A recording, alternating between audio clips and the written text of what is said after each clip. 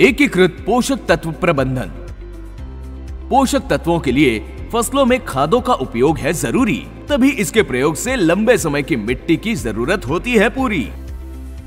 ज्यादातर समय में किसान फसलों को पोषक तत्वों की आपूर्ति के लिए पूरी तरह से रासायनिक खादों पर ही निर्भर हो जाते हैं, जो मिट्टी के स्वास्थ्य को खराब भी करते हैं और पर्यावरण को प्रदूषित करने का कारण भी बनते हैं।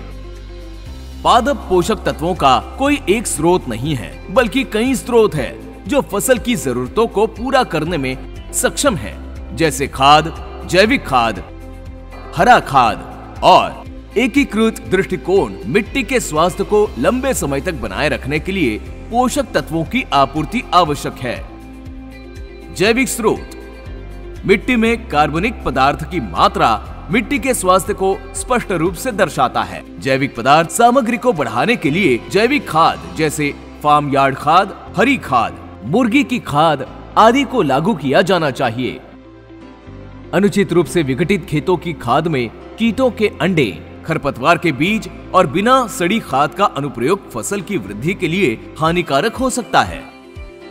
अगर केवल अच्छी तरह से सड़ी हुई गोबर की खाद को क्षेत्र में डालना चाहिए, तो वो फसलों को आवश्यक पोषक तत्वों की समुचित मात्रा को प्रदान करती है।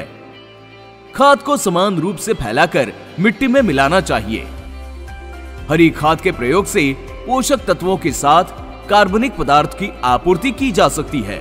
फूल आने की अवस्था में मिट्टी में दैंचा, सनहैम आदि को उगाकर हरी खाद की फसलों को शामिल किया जा सकता है। सभी प्रकार के पौधों को पोषक तत्वों के लिए वर्मी कंपोस्ट के प्रयोग से मिट्टी के वातन, जल धारण क्षमता में सुधार की आपूर्ति होती है।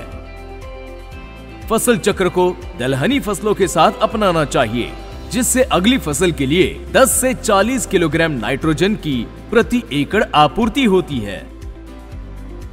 जैव खाद खेत में खाद एवं पोषक तत्वों की पूर्ति के लिए सूक्ष्म जीवों की सहायता ली जाती है, जो पौधों की वृद्धि को बढ़ावा देते हैं। राइजोबियम और फलियां सहजीवन फलीदार फसलों की 80% नाइट्रोजन से अधिक जरूरतों को पूरा कर सकता है और दलहनी फसलों की उपज में 10 से 15% की वृद्धि कर सकता है। अतः दालों में अनिवार्य रूप से राइजोबियम का प्रयोग करना चाहिए। एज़ोटोबैक्टर और एज़ोस्पिरिलम दलहनों को छोड़कर अन्य सभी फसलों में पौधों की जैव उर्वरकों को बढ़ावा देने और नाइट्रोजन के स्थिरीकरण करने के लिए उपयोग में लाया जाता है। फॉस्फेट घुलनशील सूक्ष्म जीव फॉस्फेट घुलनशील सूक्ष्म जीवों का प्रयोग मिट्टी में मौजूद फास्फोरस को अनुपलब्ध रूप से पौधों को शोषक रूप में परिवर्तित करने के लिए प्रयोग किया जाता है। एजोला या नीली हरी शैवाल नाइट्रोजन स्थिर करने वाले जैव खाद हैं, जिन्हें धान की उपज को बढ़ाने की मदद के लिए लगाया जा सकता है। फसलों में बीज उपचार, दूबी अंकुरित जड़ें, गोबर की खाद की अर्जी खाद के प्रकार के आधार पर जैव उर्वरकों को मिट्टी में लगाया जा सकता है। रासायनिक खाद रासायनिक उर्वरक एकीकृत का मुख्य और बेहद महत्वपूर्ण घटक फसल की उपज में पोषक तत्वों की आपूर्ति के रूप में लगभग 50% योगदान करते हैं। किसी भी रासायनिक खाद के प्रयोग से पहले हमें मिट्टी में किसी भी पोषक तत्व की कमी या अधिकता को जानने के लिए मिट्टी की जांच कर लेनी चाहिए और तभी खाद को मिट्टी की परीक्षण अनुशंसाओं के आधार पर लगाया जाना चाहिए।